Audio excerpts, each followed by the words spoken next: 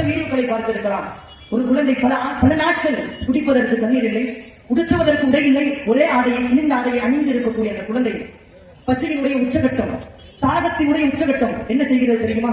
தாகத்தினுடைய உச்சகட்டத்திற்கு பிறகு 2 நாட்கள் 3 நாட்கள் கழிகிறது. அந்த குழந்தை ஒரு இடத்தில் தண்ணீர் கிடைக்கிறது என்று தெரிந்தவுடன் அந்த தண்ணீரை எடுப்பதற்காக ஒரு சின்ன ஒரு வாளியை எடுத்துக்கிட்டு அப்படியே அந்த குழந்தை போய் அந்த தண்ணீரை எடுத்துக்கிட்டு வருது. அந்த குழந்தை வந்து கொண்டிருப்பதை ஒரு வீடியோவாக பதிவு செய்யப்படுகிறார். அந்த குழந்தை வீட்டின் பக்கத்தில் வரும்பொழுது அந்த குழந்தையினுடைய முதுகில் சுடப்பட்டு அந்த குழந்தை குடிப்பதற்கு தண்ணீர் அணிவந்த அந்த குழந்தை அந்த வீதிகளில் மரணிக்கிறது.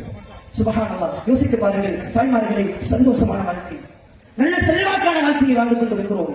குழந்தைகள் கொல்லப்படுகிறார்கள் தாறுமாறாக. ஒரு சிறிய குழந்தை வீதியில் ஓடி வருகிறது. யா அல்லாஹ், யா அல்லாஹ், உங்களை காப்பாற்றுவதற்கு யாருமே இல்லையா? அரபு நாடுகள் எல்லாம் எங்களை அனாதைகளாக விட்டு விட்டார்களே, யா அல்லாஹ், இறைவனே உங்களை காப்பாற்றுவதற்கு யாருமே இல்லையா என்பதாக பேச தெரியாத ஒரு குழந்தை வீதியில் ரப்பல்லாஹ்வை அழைத்துக் கொண்டே